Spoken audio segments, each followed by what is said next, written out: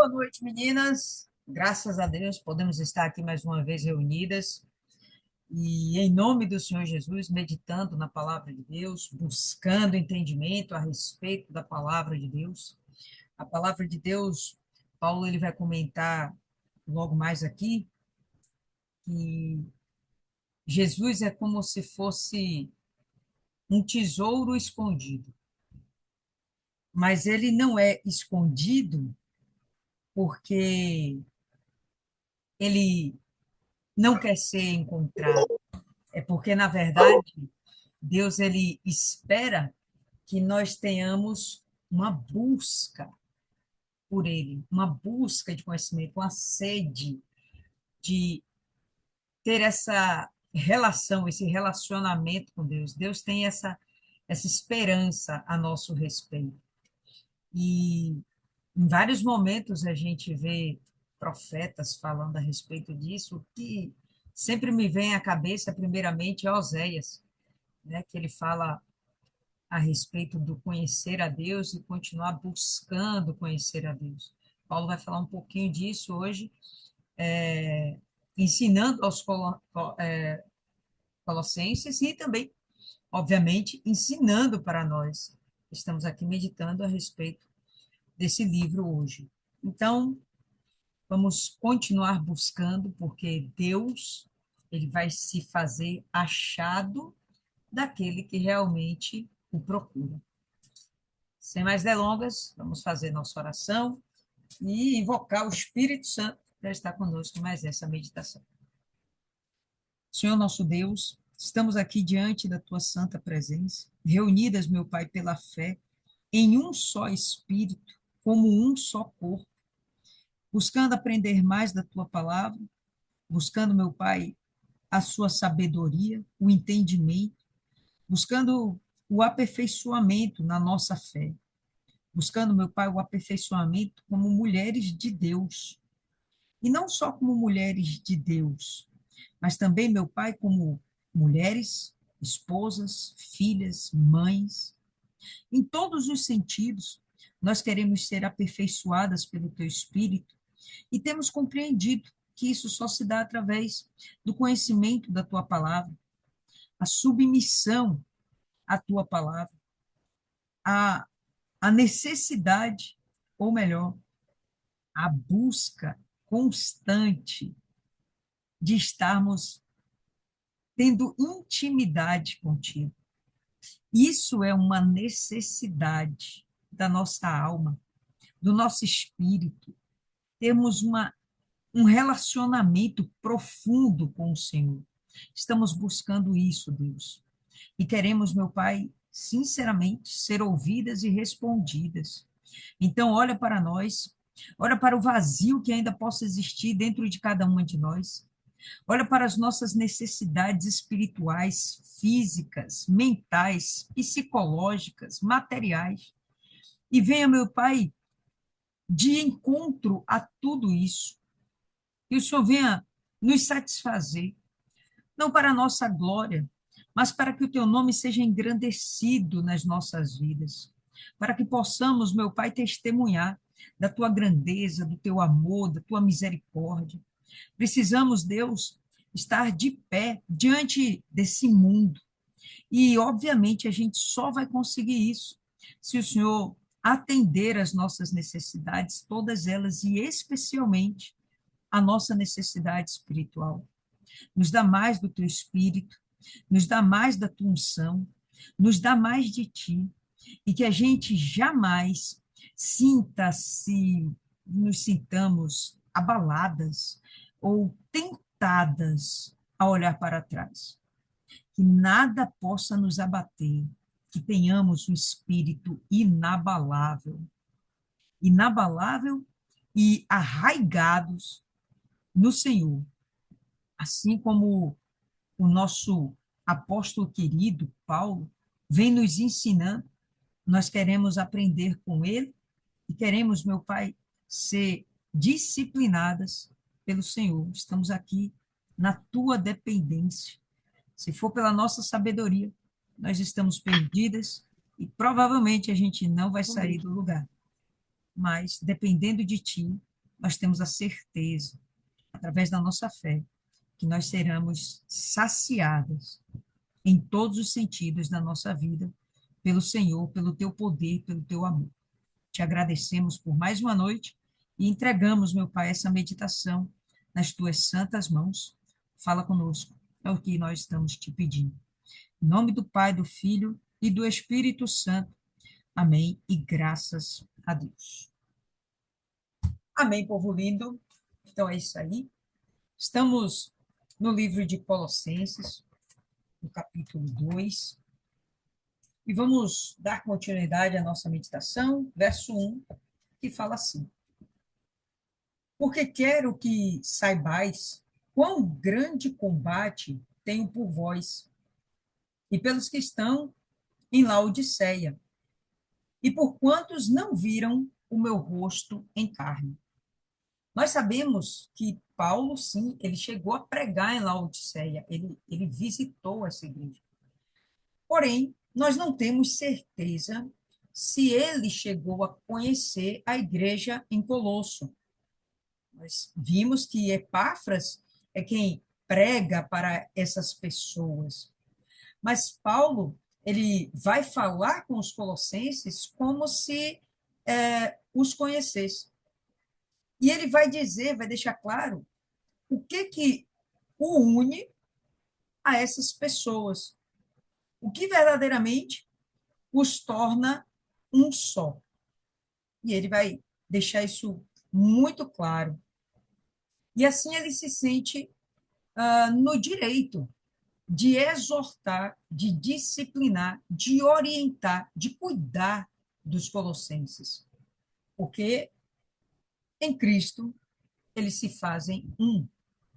Vamos continuar vendo como ele vai dizer. Então, há um grande combate de Paulo. Paulo, toda a vida dele, depois que ele conhece a Cristo, a vida dele é um verdadeiro combate, é uma verdadeira guerra, né? É um verdadeiro conflito, não dele com a carne dele, ou com Deus, com a espiritualidade dele, mas não, com os inimigos do Evangelho. O tempo todo ele estava lutando arduamente, a ponto de sangrar e quase morrer muitas vezes por conta do Evangelho. Onde ele estava nesse momento? Ele estava justamente pregando para os colossenses, e ainda que ele não estivesse perto, você vê que ele está lá preocupado. Ele poderia simplesmente dizer, pô, deixa que Epáfras cuida daquele povo lá. E não, ele assume a responsabilidade. É como se fossem filhos dele também. E, na verdade, os são, porque Epáfras aprende do evangelho através da pregação de Paulo, provavelmente em Éfeso. Então, ele sente como se fosse responsável por todas as igrejas abertas no mundo gentílico daquela época, entre os gentios. Paulo se sente responsável, porque ele sabe que ele tem esse chamado. Quando Cristo fala com ele, deixa isso bem claro, que ele vai pregar aos judeus, mas especialmente aos gentios. Ele é o apóstolo dos gentios. Então, quero que saibais quão grande combate tenho por vós, pelos que estão em Laodiceia, e por quantos não viram o meu rosto em carne. Então, provavelmente, ele está se referindo aos colossenses mesmo, que não os viram, eles não se viram face a face. A comunicação foi através de Epáfras e, nesse momento, através de uma carta, uma epístola.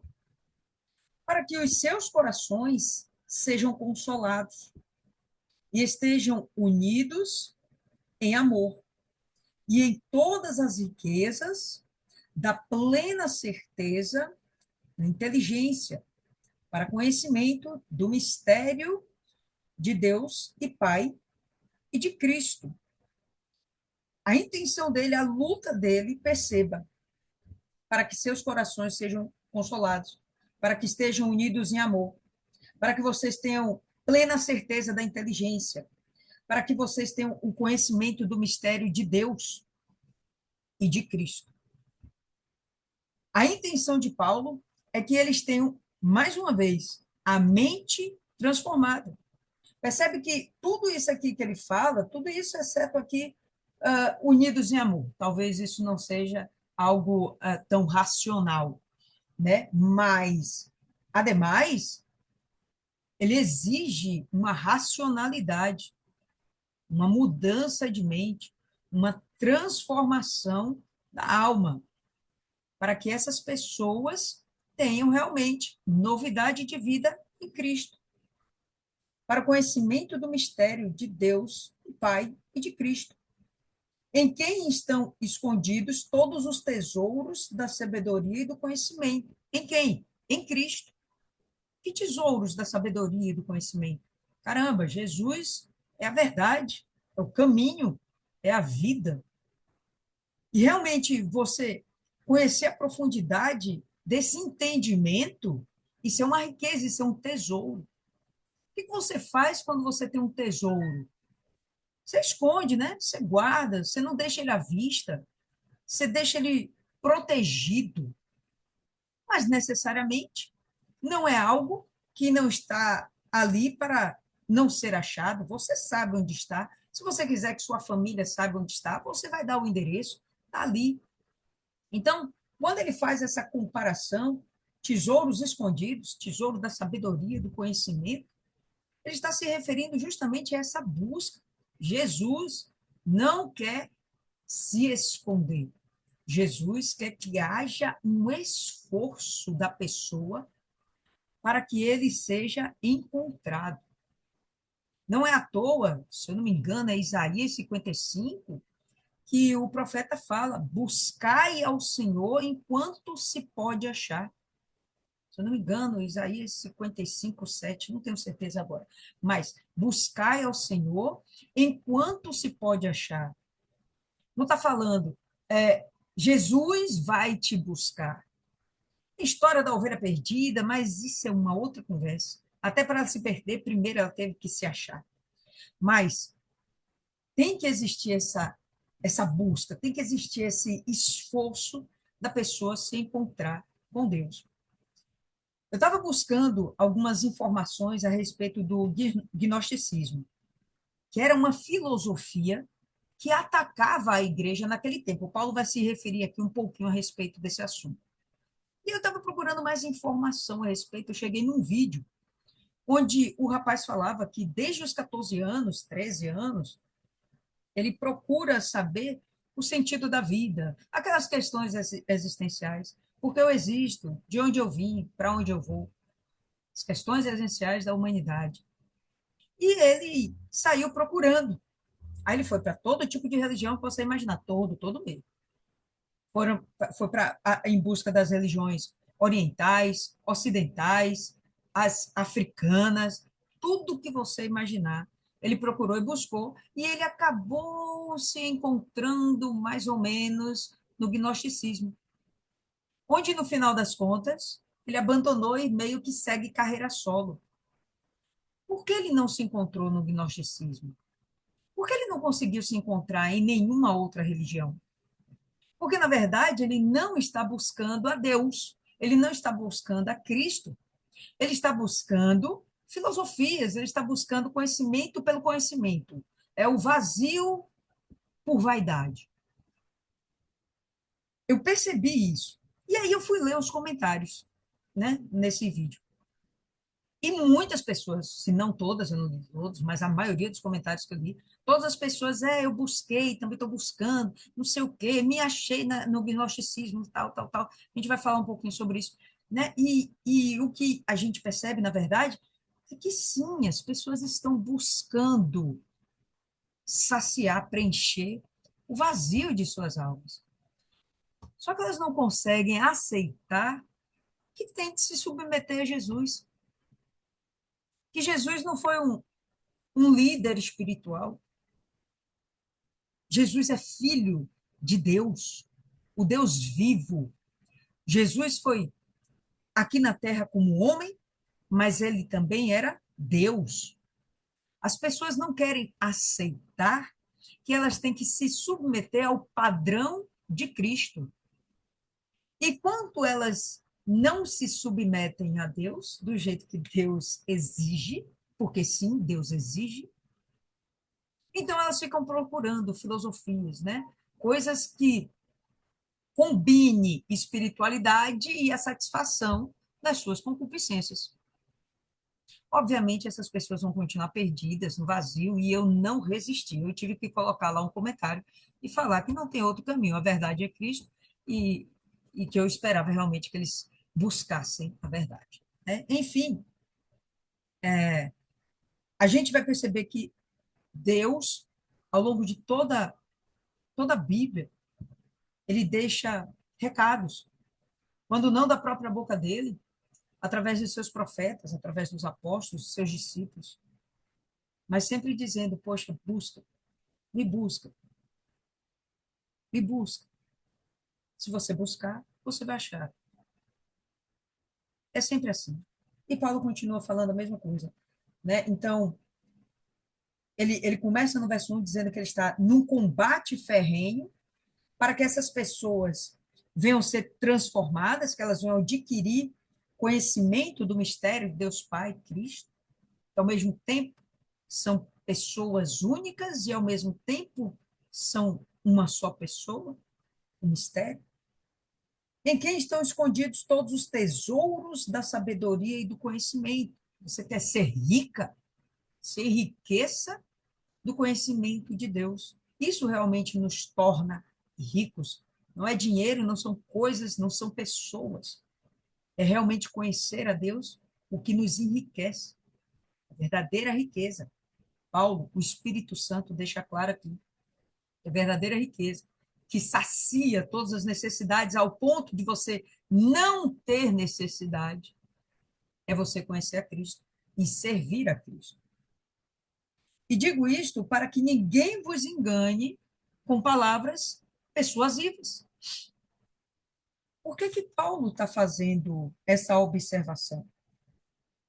Porque, obviamente, já existiam os falsos profetas atacando a igreja.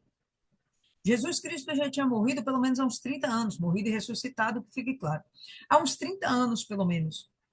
Nesse intervalo de tempo, o que não deixou de surgir foram teorias, filosofias, más conversações. Enquanto o evangelho, sim, também estava crescendo. Paulo, inclusive, estava muito feliz com isso. Ao redor de todo mundo, na época, o evangelho estava crescendo, as pessoas estavam buscando com sede de Deus. E o diabo não ia ficar muito feliz com isso, não fica até hoje. Faz o trabalho dele e deturpa o entendimento da palavra de Deus. A sã doutrina, essa riqueza, esse tesouro, né? Ele polui esse tesouro com falácias, com o que ele chama aqui de palavras persuasivas. O que são palavras persuasivas? São palavras que podem te convencer de qualquer coisa. A pessoa consegue ser tão persuasiva que ela te convence de que aquilo é uma verdade. Paulo está dizendo, toma cuidado. Existe uma verdade, foi a que ele pregou. Foi a que Epáfras pregou. Não muda disso, não varia, não procura se alimentar de outras variedades. Isso vai trazer problema. Paulo sempre muito preocupado com a pureza da igreja. Sempre muito preocupado com a pureza, com a igreja imaculada, sem rusga, sem mancha.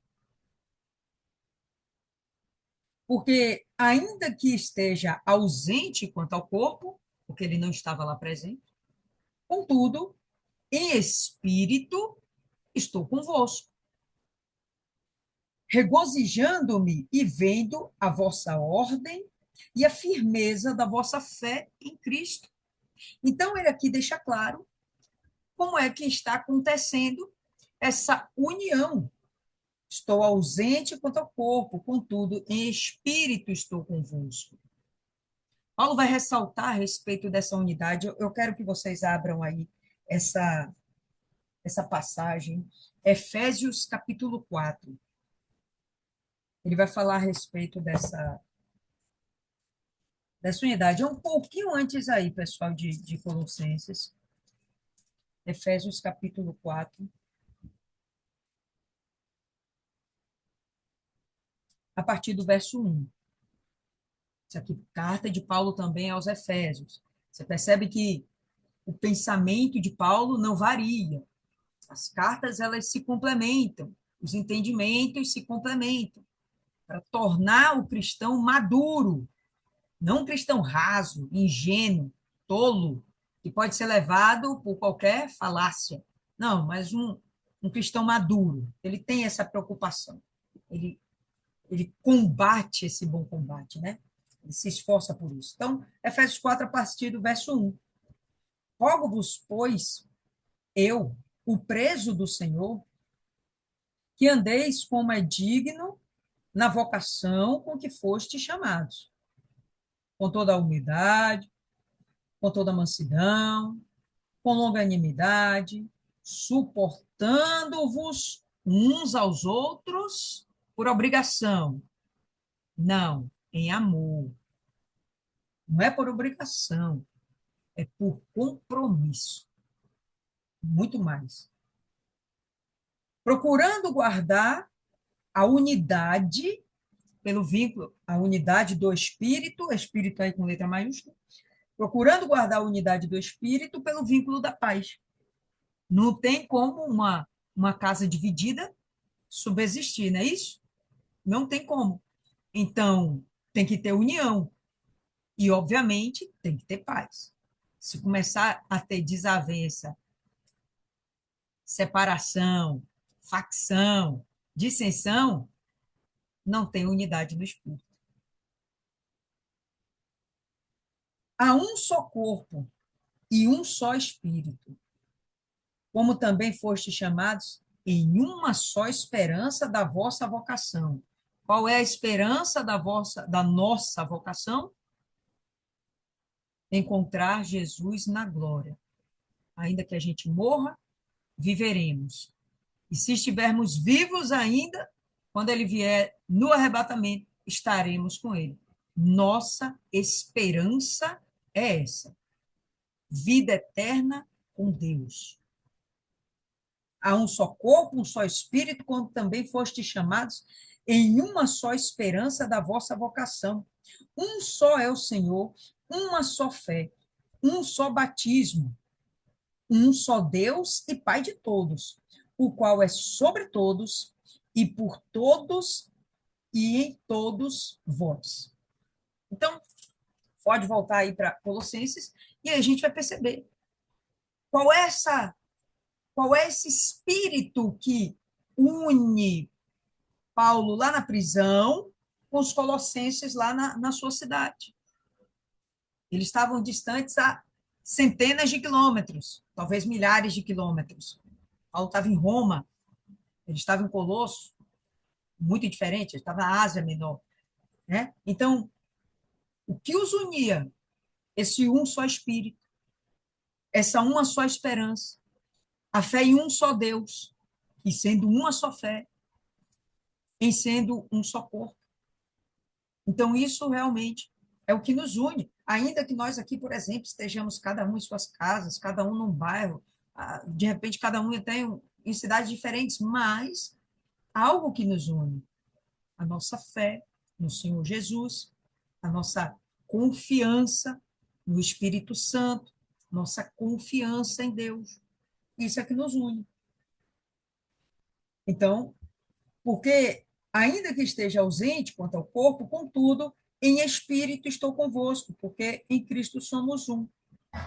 Regozijando-me, alegrando-me, e vendo a vossa ordem e a firmeza da vossa fé em Cristo. E quando eu leio aqui ordem, me lembra ou me remete a uma ideia de uma hierarquia, de realmente uma organização. Não é bagunça, tem disciplina. E as coisas, quando são do Espírito, são assim. Tem que ser assim. Tem que ter ordem e disciplina. Paulo, ele se regozija. Por quê? Porque ele viu, não só porque ele ouviu falar. Então, o testemunho dos colossenses estava chegando a lugares distantes. O que nós queremos também que aconteça conosco, né? A gente quer que os nossos familiares ouçam falar da gente e que eles pensem em Cristo. A gente quer que os nossos amigos ouçam falar de nós e que eles pensem em Cristo e por aí vai. Nós gostaríamos muito que o nosso testemunho fosse ouvido pelas pessoas e que essas pessoas desejassem a Cristo, que elas fossem fortalecidas na fé. Os colossenses estão conseguindo fazer isso com Paulo, está deixando Paulo animado. Ainda que Paulo esteja preso, ele não está entristecido, abatido. Ele está regozijando. A ideia de regozijo é uma ideia de satisfação. Não é a satisfação carnal, não é um prazer carnal, é uma satisfação espiritual. É algo muito elevado. Ainda que preso, o cara está feliz. O cara está feliz. Porque está dando fruto. O evangelho está dando fruto. E ele tem participação nisso. Ele está feliz. Regozijando-me e vendo a vossa ordem e a firmeza da vossa fé em Cristo. Quando uma pessoa, naquele tempo, ela era convertida, uma, uma pessoa que não era judia, era algo extraordinário. Porque a pessoa abandonar centenas, milhares de deuses para passar a adorar um só Deus que não tinha uma imagem, que ninguém nunca viu, rapaz, isso é uma mudança de mente absurda. E aquilo chocava. As pessoas que ouviam ficavam chocadas. A primeira vez que eu ouvi falar do Evangelho, realmente como Evangelho, e comecei a conhecer a Cristo, parecia que eu estava entrando em outro mundo. Parecia que eu vivia duas realidades. Eu me sentia assim. Falei, caramba, como é isso? E eu sentia que tudo que eu vejo, tudo que nós apalpamos, né? Era uma ilusão, uma grande ilusão. A verdade, eu não conseguiria enxergar com os meus olhos físicos.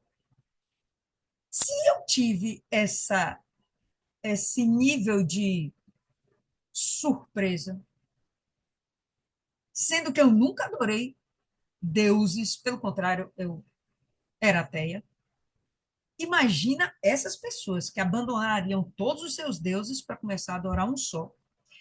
E de encontro, inclusive, ao sistema político da época, porque o imperador romano era tido como um deus e ele também exigia adoração. E você agora deixa de adorar o seu governante. Isso é simplesmente uma afronta a todo o sistema daquela época. É quase sair mesmo, Luizes. É uma Matrix. É a Red Pill. Né? Quando você vai lá e pega a pílula vermelha, muda completamente. Né? Se você, por exemplo, cada um tem sua experiência, né? Mas se você não percebe isso, quando você começa a conhecer Cristo, que você vive duas realidades muito distintas, talvez você nunca tenha se aprofundado realmente no que é Cristo, em quem é Cristo, no que é Deus, no que é Ele ter criado tudo isso para a sua glória e meter a gente no meio disso porque Ele desejava ter um relacionamento. É muito surreal, é muito incrível, é muito divino. Como, pois, recebestes o Senhor Jesus Cristo, assim também andai nele. Então, já houve uma pregação sobre quem era Cristo, o propósito de Cristo, por que que ele veio, por que que ele morreu, quem é Cristo, né? Ele vai voltar, por que que ele vai voltar? Nós moraremos com ele, por que nós moraremos com ele? Então, todas essas coisas já haviam sido explicadas para os colossenses. Aquela igreja primitiva, ela não era ignorante a respeito disso. Eu diria até que a nossa igreja atual, ela é ignorante a respeito de muitas coisas da Bíblia. Mas a gente percebe que Paulo, ele não deixou aquele povo ignorante de nada. Ele falou quem era Cristo, ele falou do plano da salvação, ele falou da nossa esperança diante do Evangelho. Então, ele falou do que estava do porvir. Ele só não entrou em muitos detalhes a respeito do Apocalipse. Isso ficou mais dedicado lá para Pedro, para João. Mas ele falou para caramba do arrebatamento. Olha, vai vir dias terríveis, mas a gente vai ser salvo dessa história. Ninguém falou mais de arrebatamento do que Paulo. Ninguém falou mais sobre salvação, salvação da ira de Deus, né? Estarmos salvos, livres da ira de Deus, da ira que está por vir, o Apocalipse, né? A grande tribulação. Ninguém falou mais a respeito do que Paulo. Toda a igreja gentílica daquela época conhecia muito bem essas coisas. Hoje, eu me surpreendo, mas acontece de obreiros no nosso meio perguntar se realmente as pessoas acreditam, né? Se realmente você acredita que vai existir o arrebatamento. Obreiro. Bom, nós podemos ser ignorantes a respeito da palavra, mas esse povo aqui não era, não. E Paulo fala como se ele já conhecesse tudo, né? Como, pois, recebestes o Senhor Jesus Cristo, assim também andar nele. Enraizados, na sua versão pode estar arraigados. A ideia de você estar enraizado. Imagina uma planta, ela cria raízes. Você tira essa planta desse lugar, ela se torna fixa, imóvel. A não ser quando suas raízes são poucas e não são profundas. Mas quando ele fala da pessoa ser enraizada, arraigada, é que isso seja de tal forma e tão profundo que você não consiga sair disso. Você vai ficar fixada naquilo ali. Você vai ficar totalmente presa àquela ideia, a Cristo. Não vou nem falar ideia, porque diminui o nosso gozo, né? Você vai ficar realmente preso, presa a Cristo, enraizados e edificados nele. Então, o enraizado me dá uma ideia de um crescimento em profundidade. Não dá essa ideia para você também? A raiz não cresce para cima, né? Mesmo as raízes aéreas, elas tendem a buscar o solo. Tem plantas que têm raízes aéreas, mas elas buscam encontrar o solo, elas buscam profundidade. Por quê? Porque quanto mais profunda, mais firme, mais inabalável é aquela planta, é aquela árvore, é aquela vegetação. Qual a expectativa de Paulo? Se aprofundem cada vez mais no seu relacionamento com Deus. Isso realmente é que nos vai trazer preenchimento espiritual, a paz de espírito, respostas para as questões universais, as questões humanas. Deus traz resposta para tudo isso. Quando eu via esse vídeo, eu via o rapaz colocando suas inquietações e eu ficava aqui pensando, nossa, mas isso é tão claro, para mim era tão clara qual era a resposta que saciaria por completo a dúvida dele, a inquietação dele, mas ele não buscou o evangelho. Ele foi em igreja evangélica, mas ele não buscou conhecer a Cristo. E há uma diferença muito grande, nós sabemos, ir para a igreja e buscar a Cristo. A diferença é absurda. Eu diria seguramente, sem medo de errar, 70% das igrejas, quaisquer que sejam elas, 70% daquele povo não conhece a Cristo. 30% está buscando ter uma relação com Cristo. E desses 30%, nem todos estão tão enraizados como deveríamos estar. Nem todos. Digo isso com toda segurança. Mas Paulo, ele continua estimulando e incentivando. Estejam enraizados em Cristo e edificados nele. Então, enquanto o arraigado, a sua fixação é algo para baixo, nos seus fundamentos, naquilo que norteia a sua crença, a edificação é o que vem depois disso. E é o que você vai construir depois disso. Então, imagina uma planta ela cresce para cima, óbvio, cresce para cima. Né? Quando ela cresce para cima, ela vai começar a produzir folhas, frutos, uma copa, madeira, tudo que possa ser útil daquela planta do solo, da altura do encontro com o caule e a raiz para cima.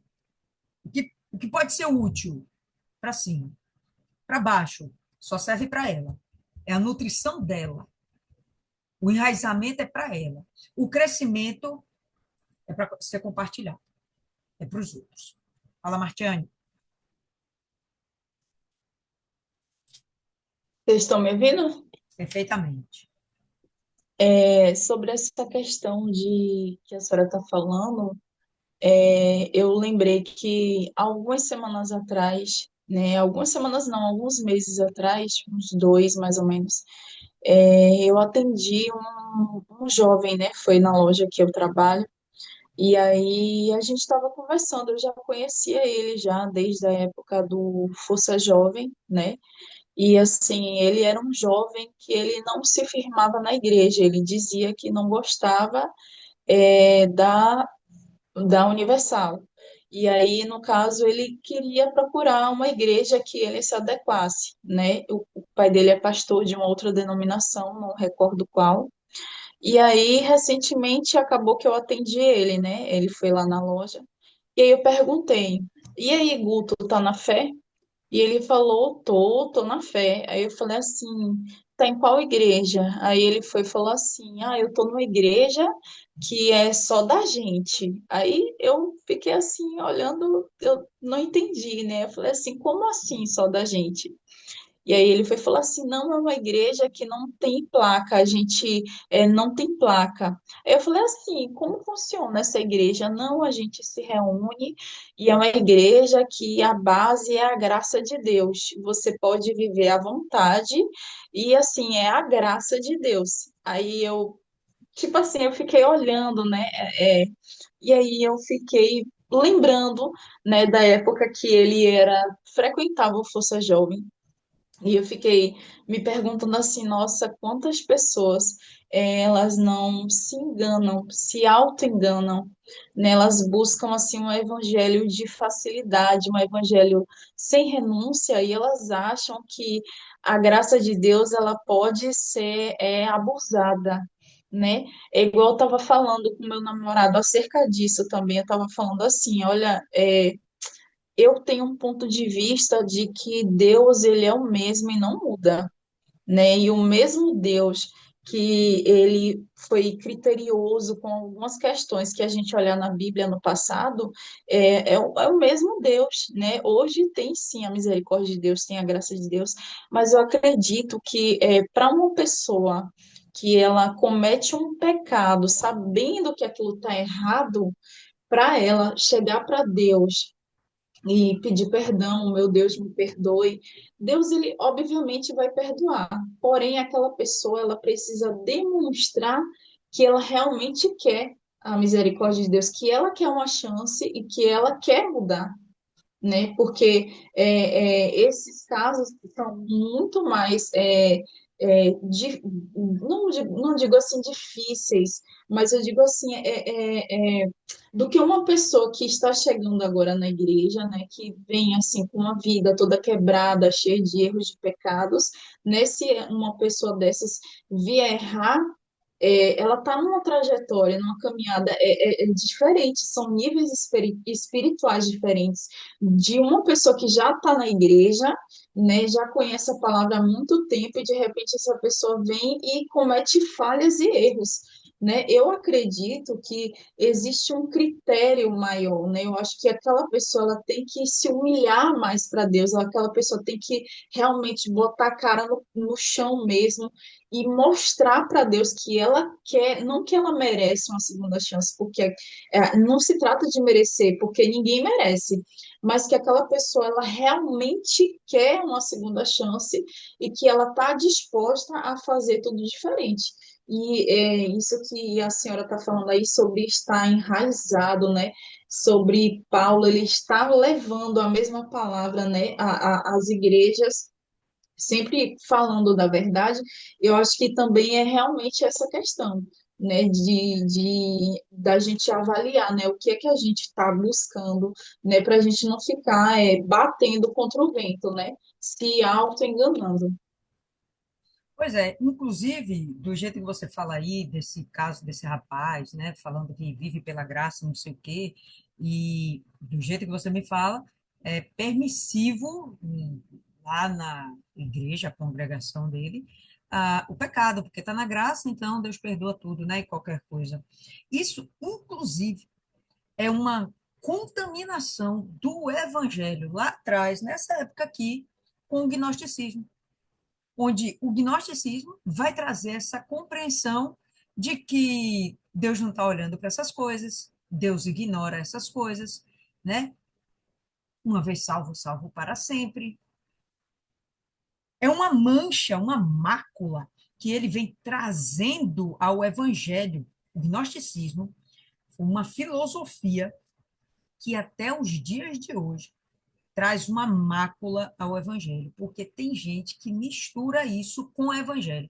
Então a gente tem aquela galera que segue o gnosticismo, que é uma seita, né? E tem a galera que é do evangelho e que mistura os conteúdos com essa seita. Paulo está dizendo que a igreja tem que ser pura, não pode ter mistura. Então, o que foi o que vocês receberam do Senhor Jesus é isso aí. Vocês se aprofundem nisso e cresçam nisso. Não saia disso.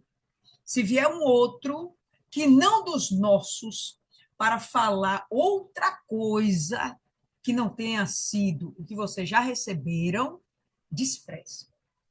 Ele tem essa preocupação. Todas as cartas de Paulo, ele bate nisso. Os falsos profetas, os falsos discípulos, os falsos apóstolos que tinha naquela época, não eram poucos, e até hoje eles continuam. E o que você está falando aí é ranço de algo que aconteceu no primeiro século pós-Cristo, primeiro século depois de Cristo. Você vê que as ideias, os pensamentos humanos, eles podem perdurar. Não tem aquele negócio de morre o homem, mas fica a sua mensagem, fica a sua obra. Não tem um negócio desse? E é isso. Aristóteles, Platão foi antes de Cristo e até hoje as pessoas estudam eles, né? As ideias dos homens atravessam os séculos, assim como as ideias boas, também as ideias ruins. Paulo está feliz porque o evangelho está crescendo. Nós devemos ficar felizes também, porque o evangelho também hoje está crescendo. O chato é que nós percebemos que tem muita gente dentro das igrejas que não querem compromisso com Jesus. Elas querem ser saciadas por Jesus. E nós sabemos que o nosso Deus não é um mero garçom. Ele é um Deus para ser adorado, é um pai que está buscando filhos. É diferente. Então, enraizados, edificados nele e confirmados na fé, assim como fostes ensinados nela, abundando em ação de graças. O que são ações de graças? O que é a graça nesse sentido?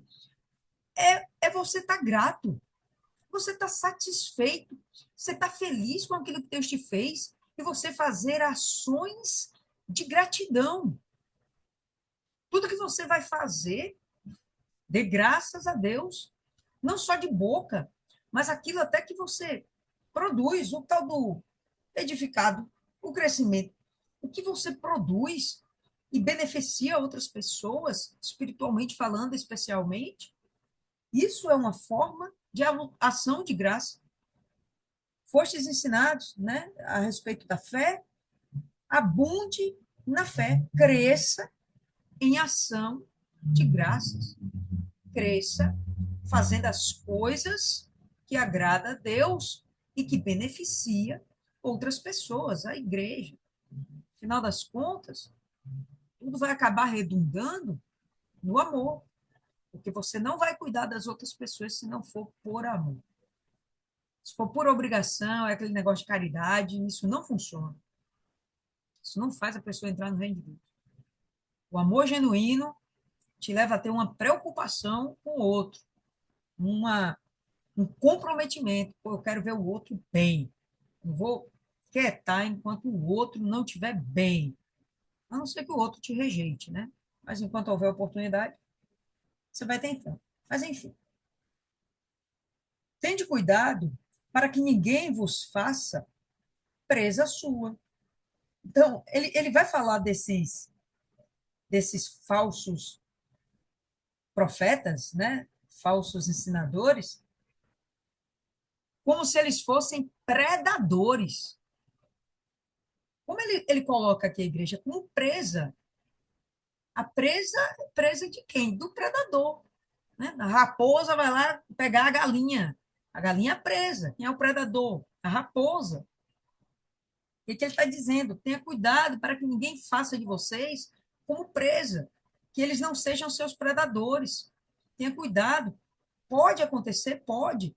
Eu acho interessante que o Espírito Santo não nos blinda de passar por essas experiências. Até porque quando a gente passa por essas experiências e sai vitorioso, caramba, a gente sai muito mais forte, muito mais capaz, podendo ser mais usado por Deus, podendo fortalecer ainda mais outras pessoas, a igreja. Deus ele não nos blinda de passar por tentações, por provações, ele não nos blinda disso. Mas ele nos dá capacidade para fazer o quê? Ter cuidado. Ele nos dá capacidade de sermos vigilantes, sermos sábios.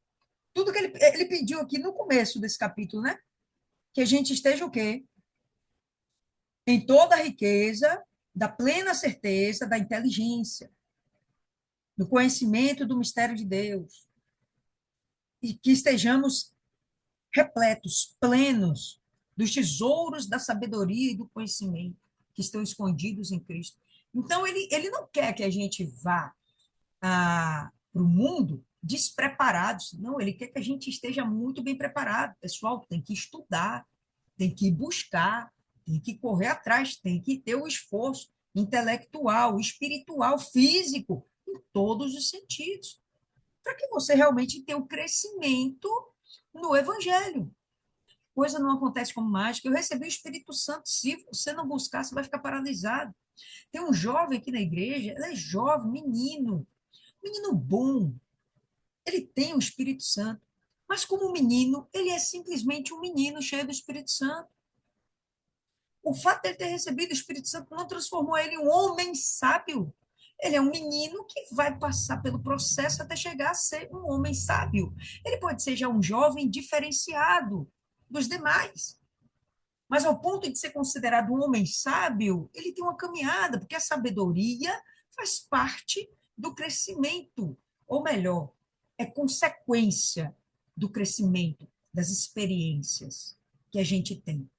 Então, ó, tendo o cuidado para que ninguém vos faça presa sua, por meio de filosofias e vãs sutilezas. O gnosticismo, na época, dizia que Jesus, ele não veio como homem.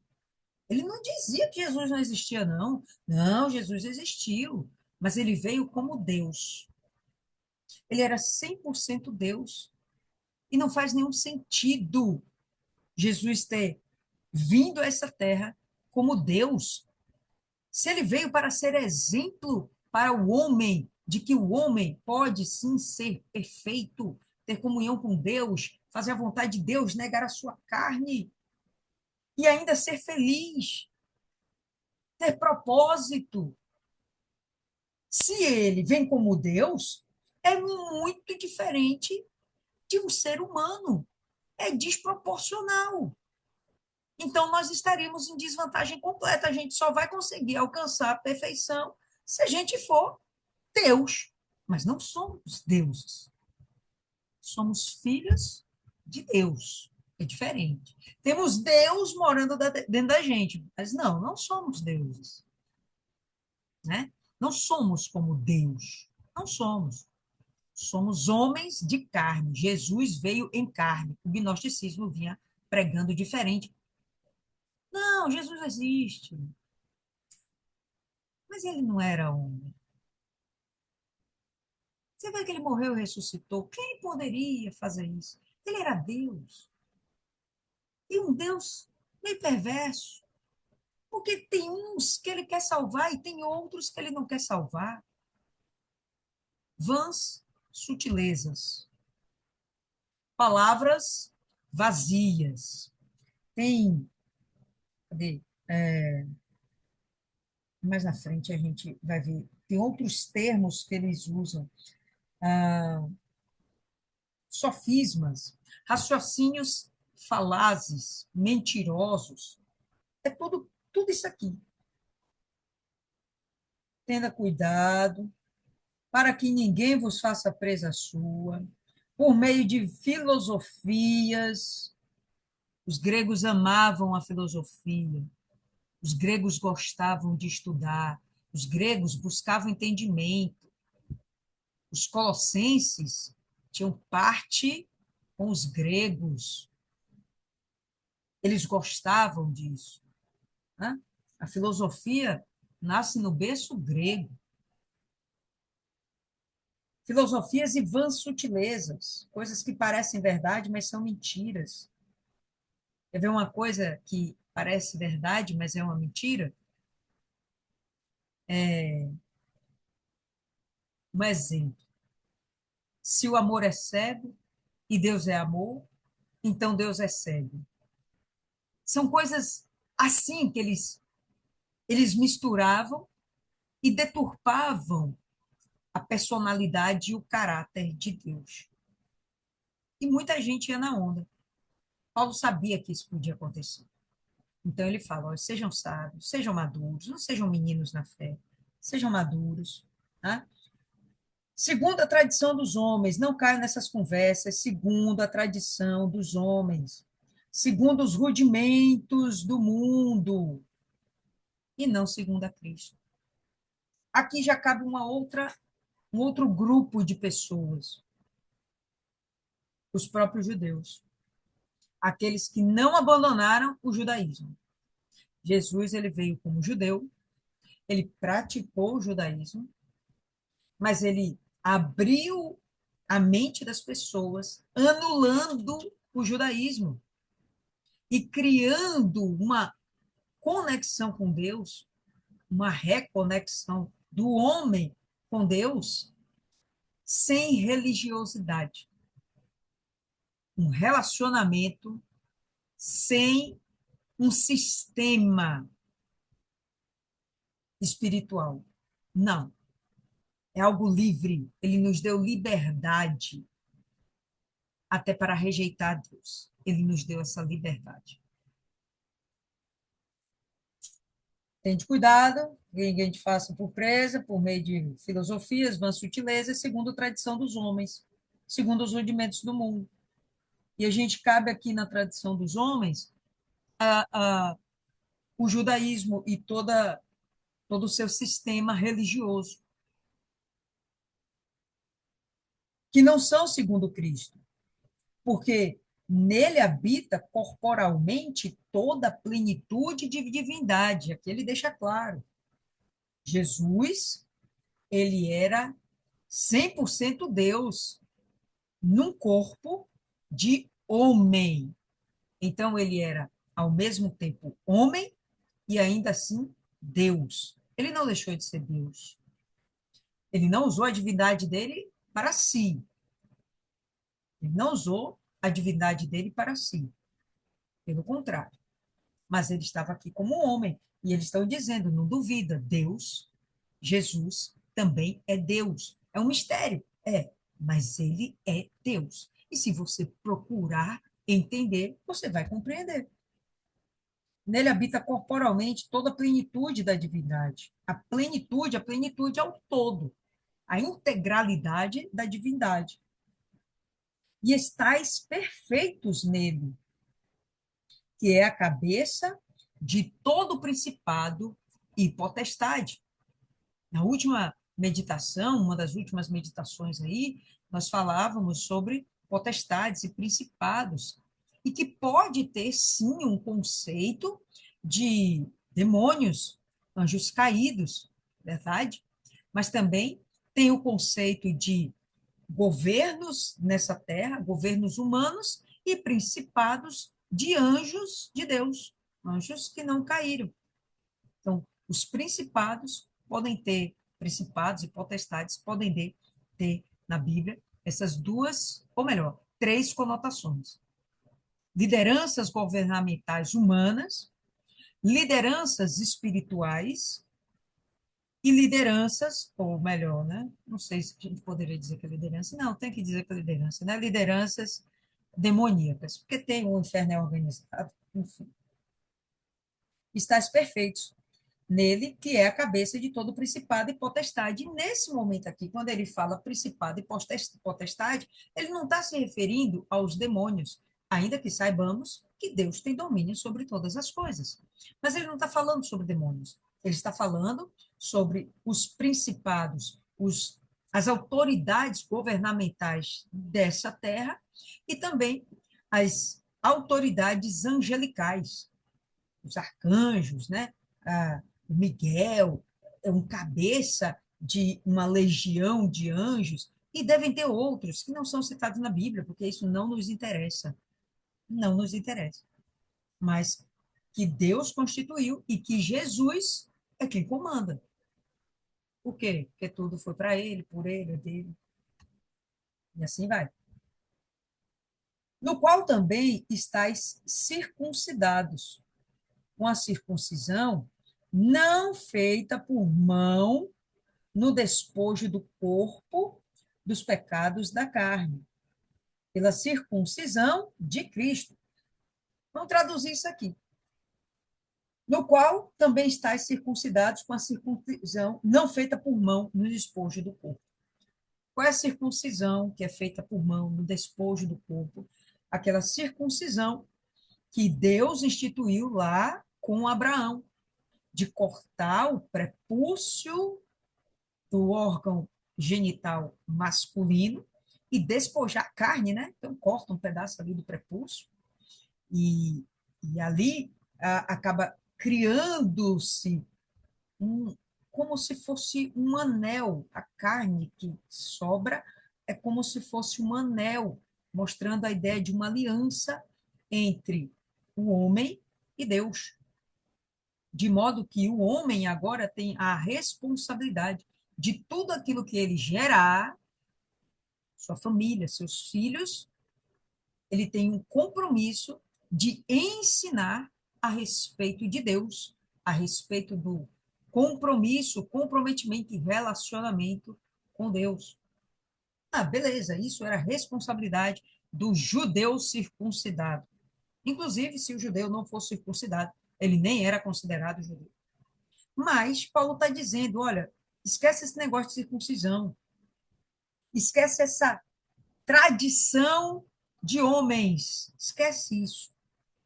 Porque o que Deus faz agora é através de Cristo nos circuncidar. Como seria essa circuncisão? É a circuncisão do coração. Como é essa circuncisão do coração? Vamos ler um pouquinho a respeito disso. Abra em Deuteronômio, no capítulo 10.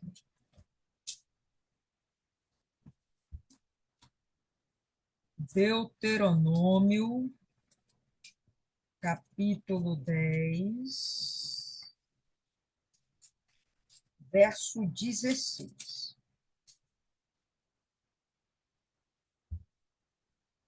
Olha só como Deus falava, através de Moisés, né, para o seu povo. Circuncidai, pois, o prepúcio do vosso coração. Fica claro que ele não está falando do membro sexual. Fica claro, né? Circuncidai, pois, o prepúcio do vosso coração, e não mais endureçais a vossa cerviz. A cerviz é isso aqui, né? Nossa coluna cervical aqui, ó. Quando ele fala de endurecer, é aquela pessoa que é altiva, orgulhosa, né? Não baixa a cabeça para nada, não se submete a Deus, né? Fica ali com a cerviz endurecida, orgulhosa, insubmissa, rebelde. Então, desde lá de trás, ainda que houvesse a instituição da circuncisão na carne, você vê que a expectativa de Deus é que o coração fosse circuncidado. Vai ainda em Deuteronômio, no capítulo 30.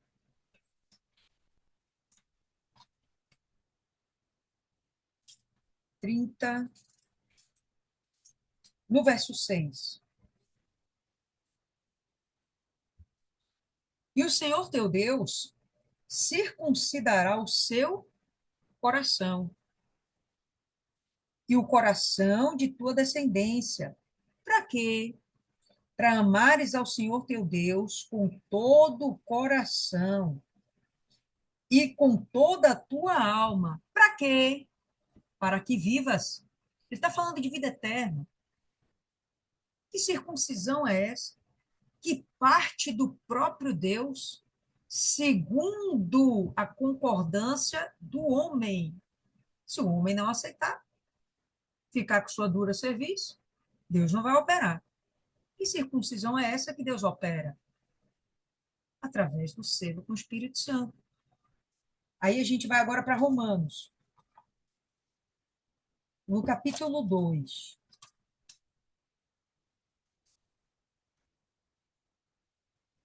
Romanos 2, verso 29. Aqui já é Paulo ensinando, Paulo doutrinando.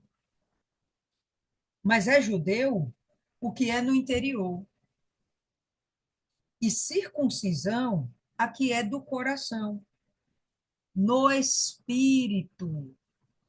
Ah, é no coração aquele músculo que fica palpitando? Não, é no espírito. O Espírito Santo não é o seu espírito, é sua alma, o seu coração.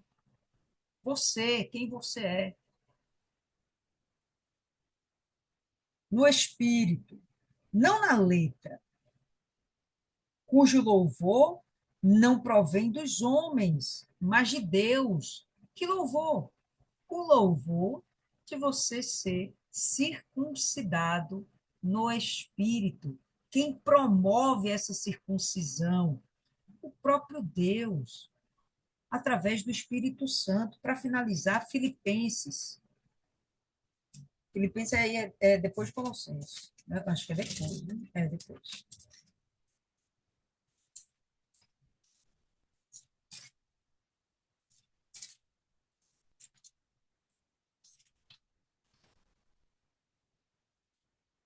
É depois não, é antes.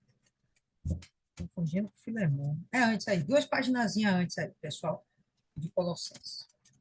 Filipenses 3,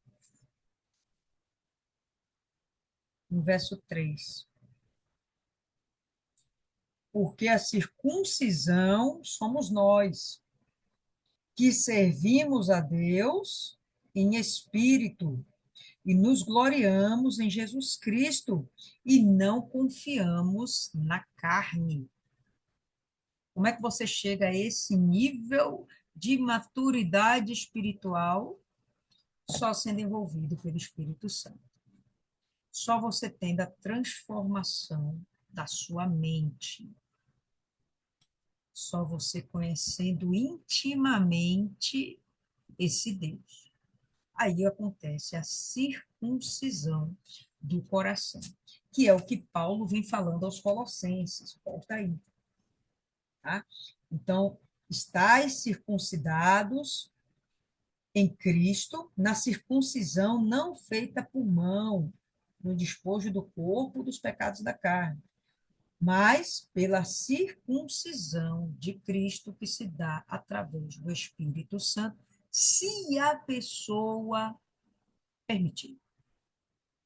Se ela não ficar com a sua audácia, sua arrogância. Sepultados com ele no batismo, nele também ressuscitastes pela fé no poder de Deus, que o ressuscitou dentre os mortos. Lembra que Cristo morre, depois de 3 dias ele ressuscita. Quem ressuscita? O poder de Deus. o Espírito Santo. Quando a gente lê o poder de Deus, pode misturar o entendimento do mover do Espírito Santo, do agir do Espírito Santo. Pode ficar tranquilo. Quando você vê assim, o poder de Deus, pode ler ali, o agir do Espírito Santo. Então, fomos sepultados com ele no batismo. Essa é a doutrina que vocês devem acreditar. Ele está discriminando mais uma vez algo que ele já tinha ensinado antes. Ou pelo menos Epáfras.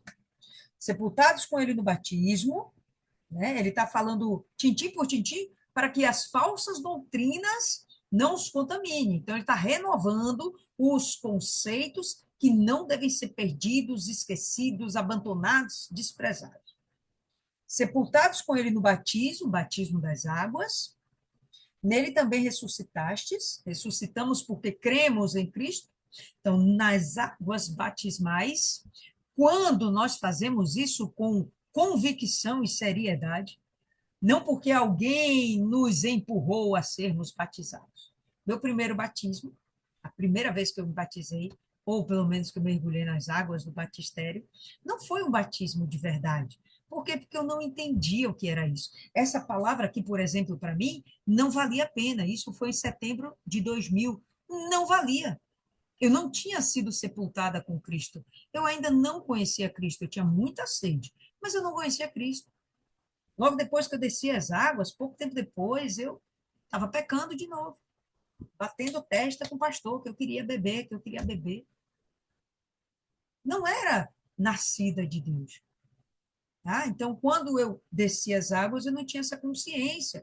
Quem é, pessoal, que vai nos dar essa consciência?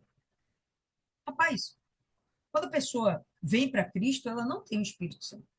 O Espírito Santo pode até levar essa pessoa para a igreja, levar a alguém que conheça a Deus, mas ela em si, ela não tem o Espírito Santo e ela não entende o Espírito Santo, ela não compreende, não tem olhos sensíveis, não tem ouvidos sensíveis, ela não sabe o que é o Espírito Santo, ela não tem esse nível de sabedoria e entendimento. Nós, que já somos maduros na fé, temos a obrigação de levar essa pessoa ao entendimento. Então, na época, eu não fui levada a esse entendimento. Na época, o que eu fazia? Nada. A pessoa falava e eu simplesmente ia com a galera. A pessoa falava e ia com a galera. E aí eu me batizei. Mas o que eu considero que realmente foi o meu batismo de fato, foi o dia que eu entrei nas águas do batistério, entendendo que ali eu estava sepultando o meu eu e todo o meu querer, a velha criatura, os meus pecados e tudo largando lá. Foi em janeiro, 25 de janeiro de 2005, 5 anos depois que eu entrei na igreja. Eu demorei, não vou mentir, eu demorei para aprender de Deus.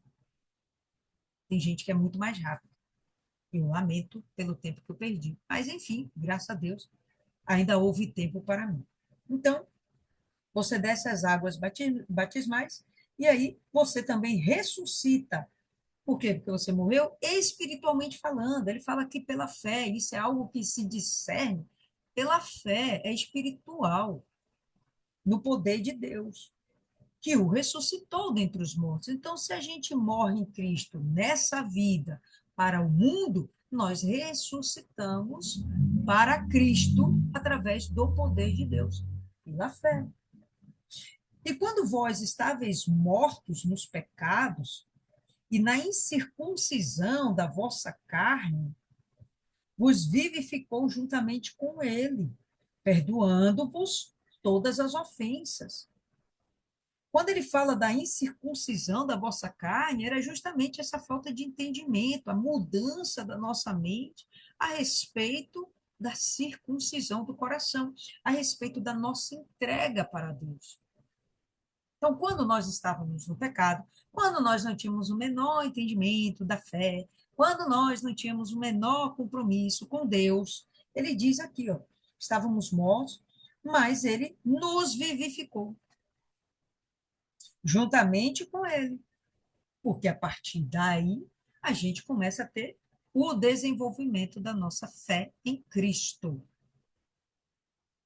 O meio da gente alcançar Deus é Cristo, não tem outra coisa.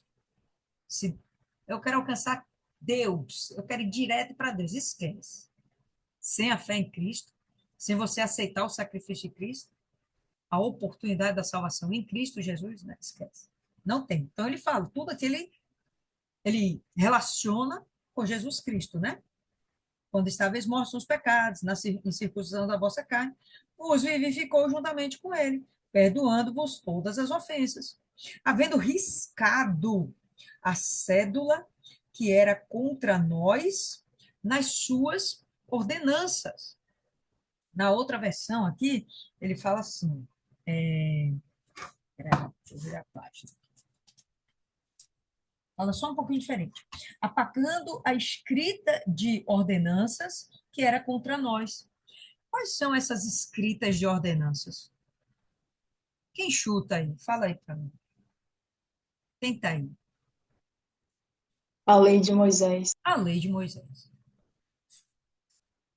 Esse escrito de ordenanças era a lei mosaica, que não era suficiente para aperfeiçoar nenhuma carne. Se dependêssemos da lei mosaica, assim como os judeus dependeram por muito tempo, estaríamos todos perdidos, porque a lei não salva. E isso ficou muito claro com o povo judeu. Eles tiveram acesso à lei, sei lá, acho que por uns 2.500 anos, desde quando começou a ser escrita até Jesus chegar à Terra. Eles tiveram a oportunidade de serem aperfeiçoados na lei por 2.500 anos, e a conclusão que se chegou é que era impossível, só através de Cristo. Então, quando Cristo vem, esquece essa lei. Então, Paulo ele está aqui rechaçando os judeus que não haviam se convertido de fato e de verdade, aceitaram Cristo, mas queriam continuar judaizando o povo, queriam continuar seguindo seus rituais. Não, vamos para as sinagogas, vamos buscar fazer os sacrifícios. O templo ainda existia nessa época, não tinha sido destruído. Então, todos aqueles rituais desnecessários. E eles queriam que os gentios praticassem isso, porque, pessoal, era o Império Romano, tinha todo tipo de gente naquele império, e os judeus eles tinham liberdade de ir e vir dentro do império. Eles tinham que se sujeitar às normas do imperador, mas eles tinham o direito de ir e vir. Então, eles estavam dispersos, não só na Judéia, mas em Roma, em Colossos, em Éfeso, e todo lugar onde o Império Romano estava. Tinha lá judeu. E o judeu, quando ouvia falar de Jesus, não sei o quê, aí ele depois vinha e misturava com essa filosofia. Teve gente que realmente se converteu, teve, caramba, Paulo, Pedro, João, Tiago, um bando de gente. Os discípulos realmente se converteram. Outros apóstolos que foram feitos depois, beleza. Mas tinha uma galera raça ruim que perseguia, inclusive, Paulo e os demais discípulos, se colocando, inclusive, como anticristos.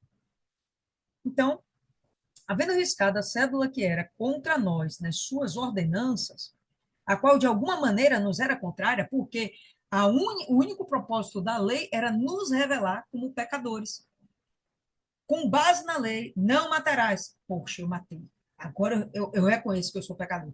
Não mentirás. Droga, eu menti. Eu reconheço que eu sou pecador. A lei só servia para identificar que nós éramos pecadores, mas não servia para salvar.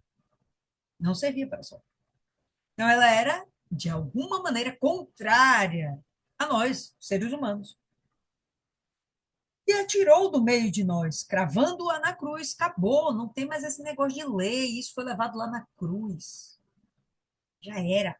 Agora a história é outra, a salvação é pela fé, não é por obras, para que ninguém se glorie.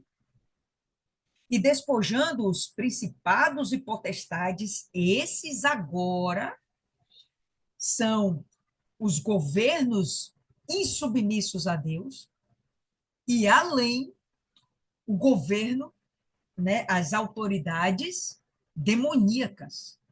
Está inserida aqui nesse contexto, nesse, né, conteúdo aqui. E despojando os principados e potestades, os expôs publicamente e deles triunfou em si mesmo.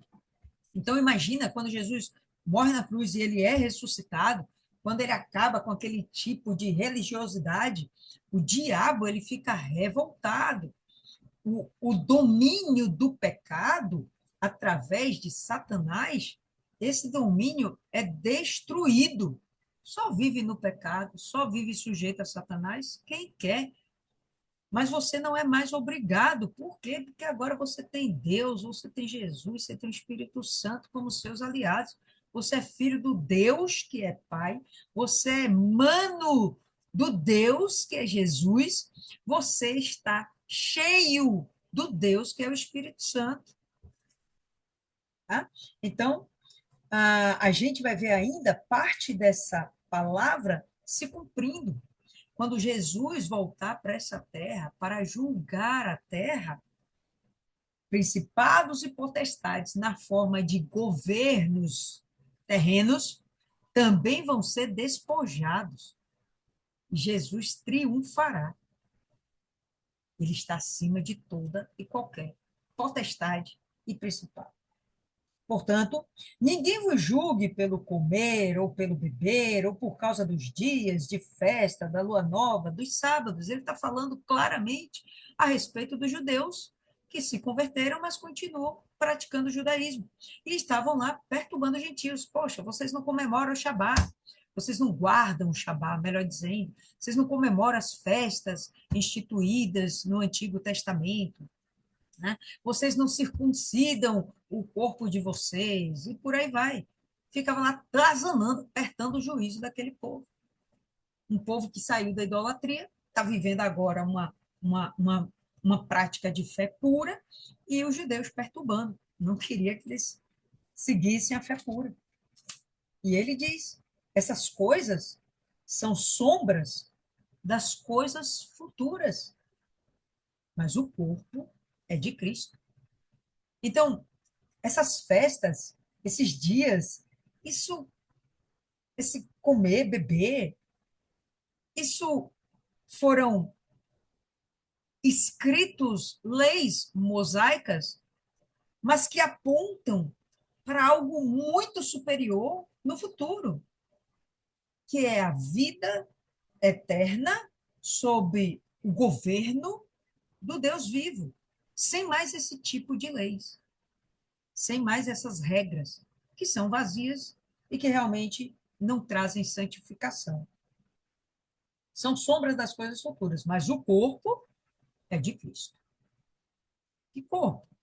A igreja, aquele que ele falou na estante, um só corpo, um só Espírito, um só Deus, um só Salvador, um só batismo. Ninguém vos domine o seu arbítrio, sua capacidade de decisão, de escolha. Não deixe que ninguém roube sua capacidade de decisão, com pretexto de humildade e culto aos anjos.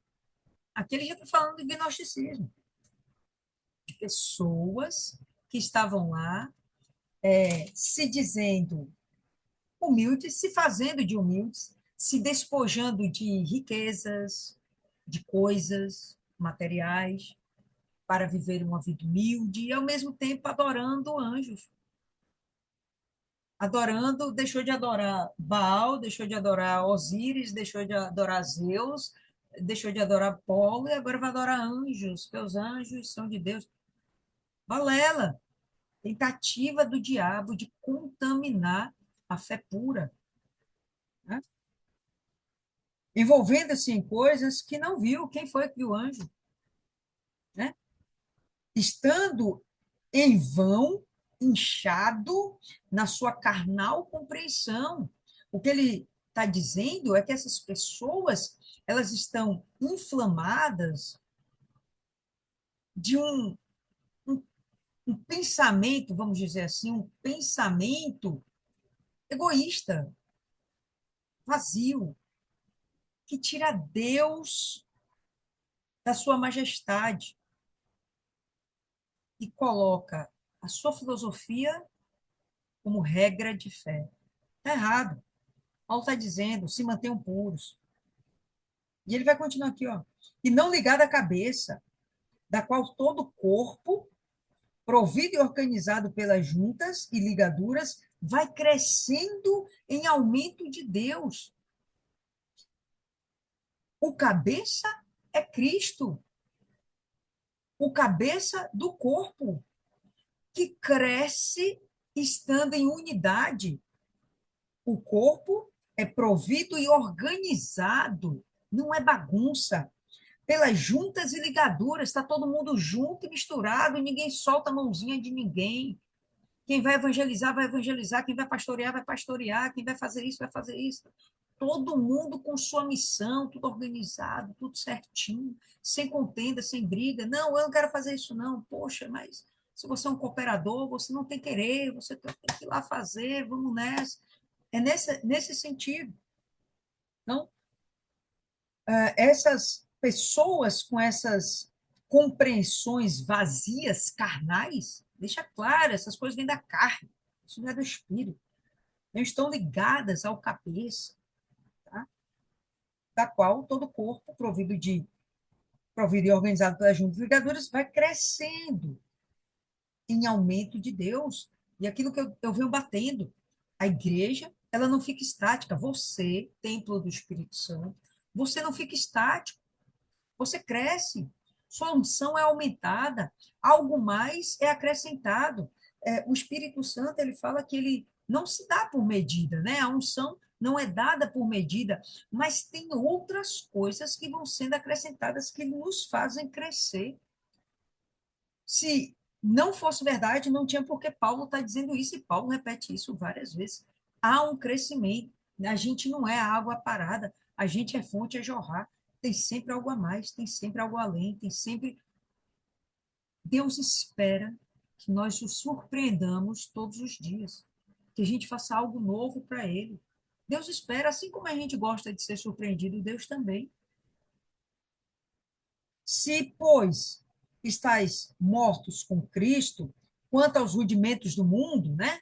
Assim como vocês estão em Cristo, já morreram para esse mundo, por que vos carregam ainda de ordenanças? Por que vocês estão querendo seguir a lei? Como se vivesseis no mundo, tais como não toques, não proves, não manuseis. É como fossem leis, né? Não toque nisso, não coma aquilo, não prove daquilo. E a gente sabe que os judeus tinham as regras dietéticas, não era qualquer coisa que eles comiam, sabe? Que judeu ele não podia nem tocar no cadáver, ele era considerado impuro. Então tinha uma série de regrinhas que ele está dizendo, esquece, vocês não vivem mais sob essas ordenanças, tá? As quais coisas todas perecem pelo uso, segundo os preceitos e doutrinas dos homens. Imagina um alimento, não toque, não coma, não prove.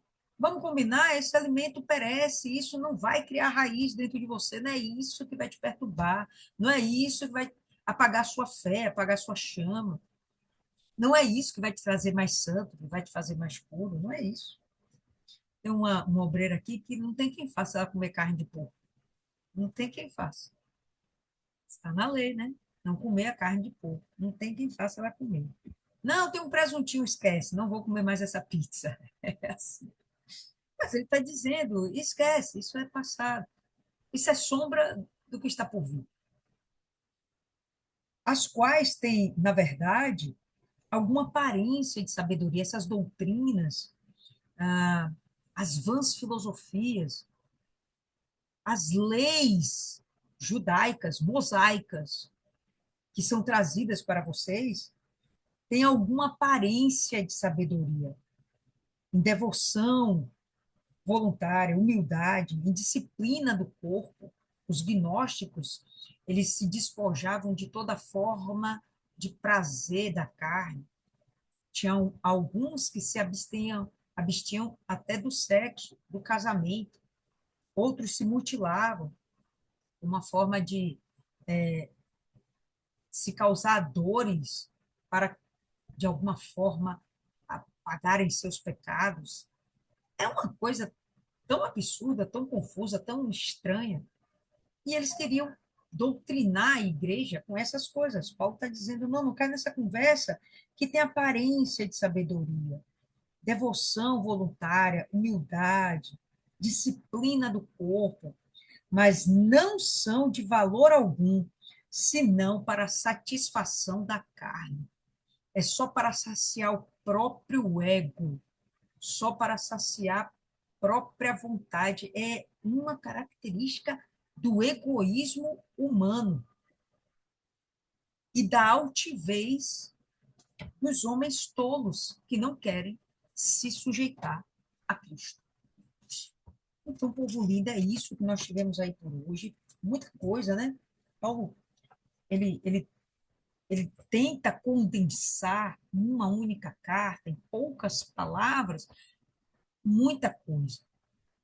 E a gente tenta esmiuçar aqui o máximo que dá, e sabemos que, com certeza, a gente não consegue nem tirar um terço de aproveitamento da leitura que nós fizemos agora.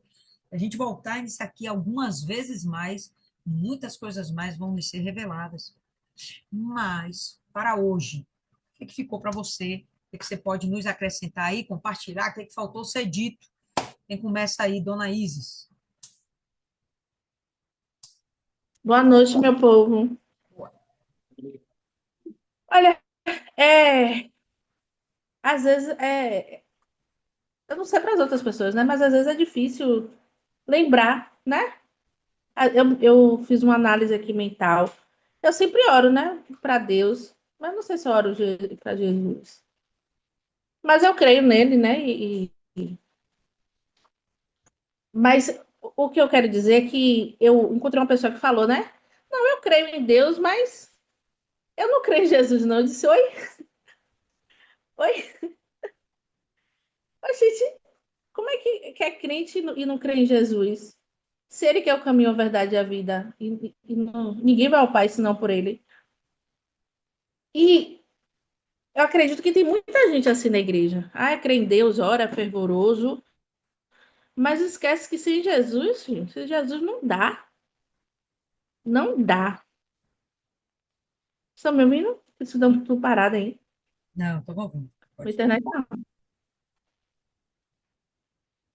Pode falar. E Paulo, apesar de parecer redundante, mas é importante ter essas coisas na memória. Tanto no que a gente leu anteriormente, você lembra que a gente ele lembrando da missão, qual é a missão que Deus deixou para que Jesus deixou para a gente, o objetivo da igreja, a igreja levar a palavra de Deus a toda criatura. E aqui ele está lembrando que sem Jesus não dá. Não adianta você ser o santão se você não tiver Jesus, cara. E, e se ele é o cabeça, o corpo, o corpo tá esqueci o nome. Ele tá em harmonia. O corpo vai conseguir ser um organismo como o nosso corpo é. Aí cerca de oito sistemas totalmente autônomos, mas totalmente integrados e funcionando de forma autônoma, mas funcionando de forma perfeita para manter o nosso corpo nutrido, porque a nossa cabeça é Cristo.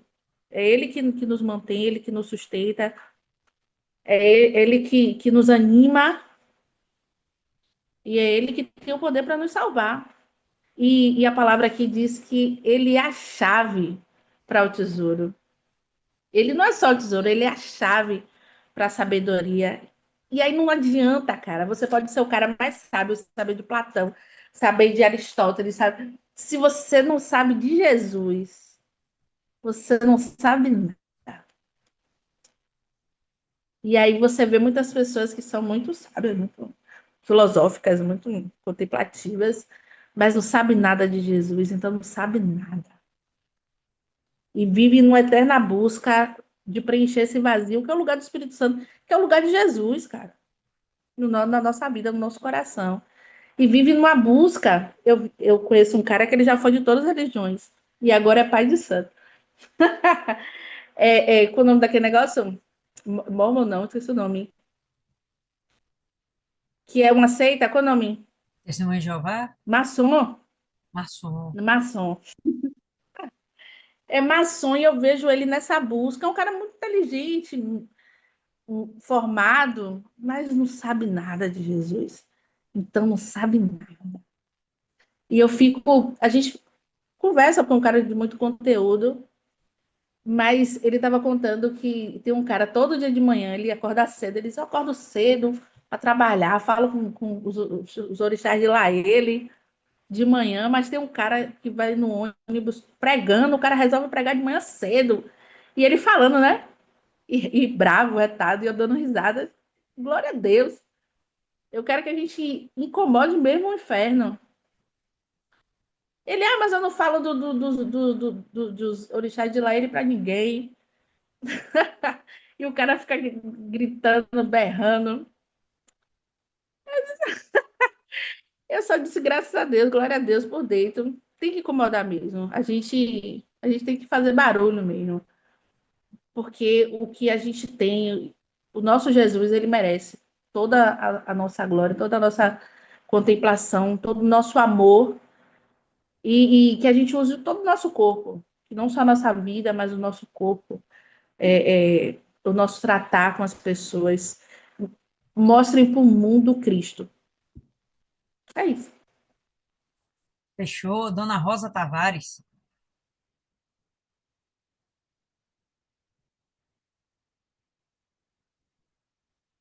A Rosa dormiu? Não creio.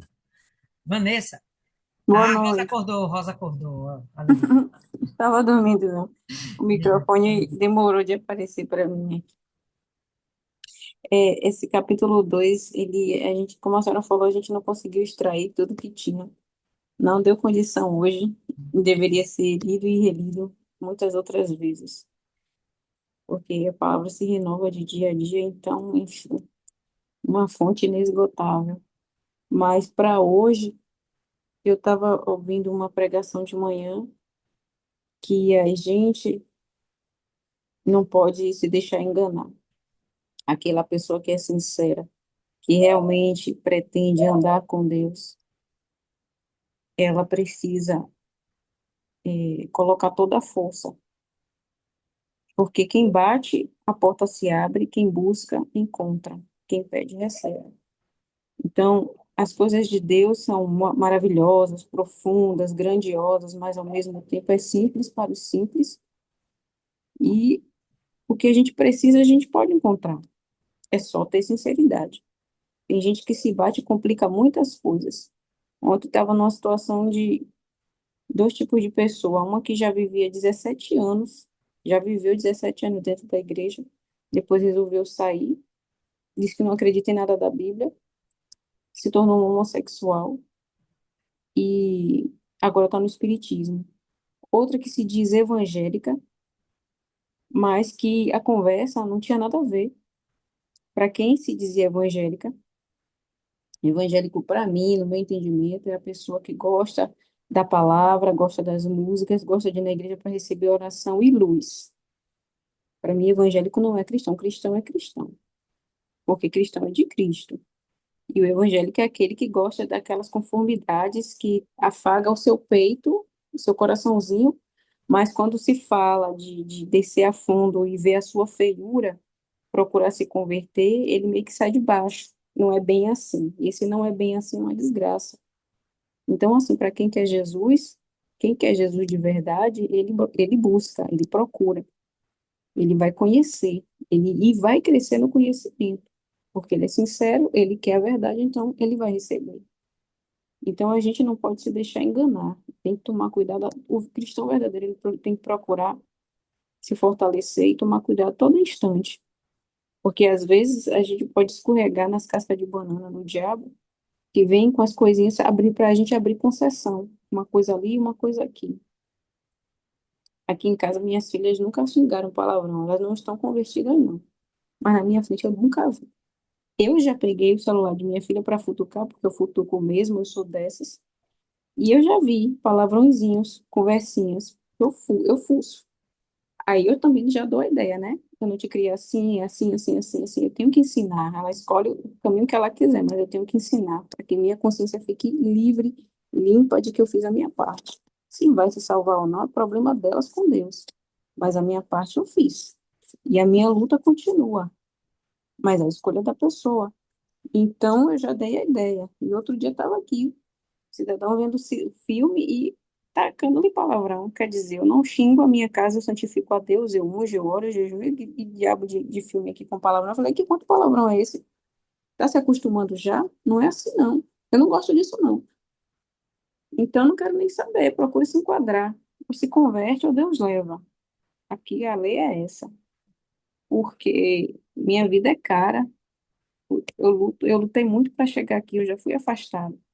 Eu não posso jamais pensar, nem cogitar, nem sonhar de cair.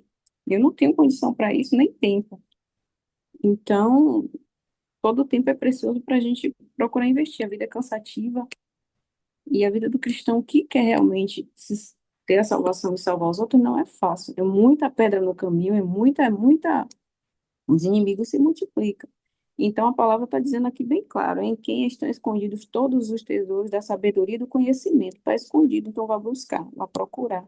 Deixa de preguiça, procure seu tempo. E digo isto para que ninguém vos engane com palavras persuasivas. Deus é a verdade. Então, feche nisso e acabou. Não queira ficar procurando mais, mais. Com Jesus não tem mais, mais. Se Jesus diz que não, é não. Não é para fazer isso, não é para fazer isso. Vamos se esforçar, se acabe, se desdobre e não faça. Peça ajuda. Se está demais, se está difícil, peça ajuda. Ele vai ajudar.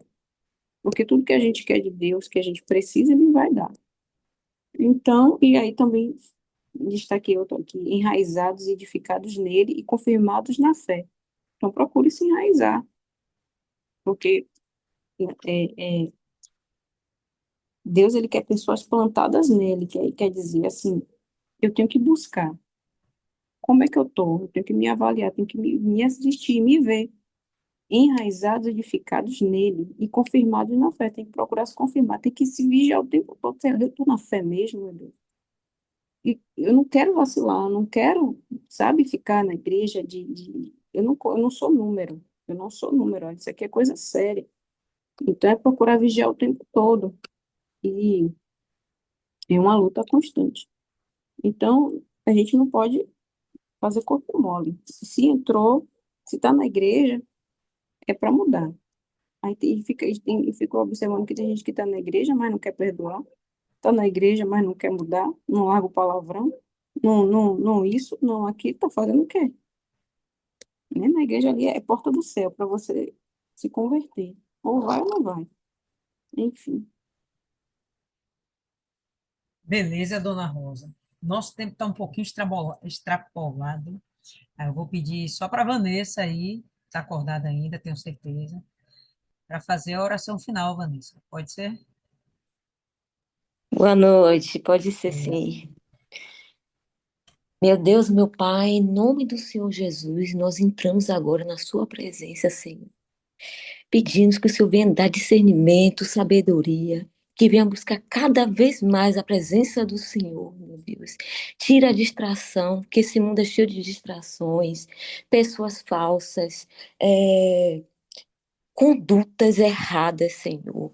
Nos dê sabedoria para a gente agir da forma correta, porque nessa palavra de hoje, na meditação de hoje, diz que toda sabedoria vem do Senhor, que a gente venha ter essa sabedoria. Venha nos encher dessa sabedoria, Senhor. Venha nos dar discernimento, venha nos encher do Teu Espírito. E cada dia mais a gente busque mais o Senhor. Nos abençoe, abençoe cada pessoa que está aqui, né?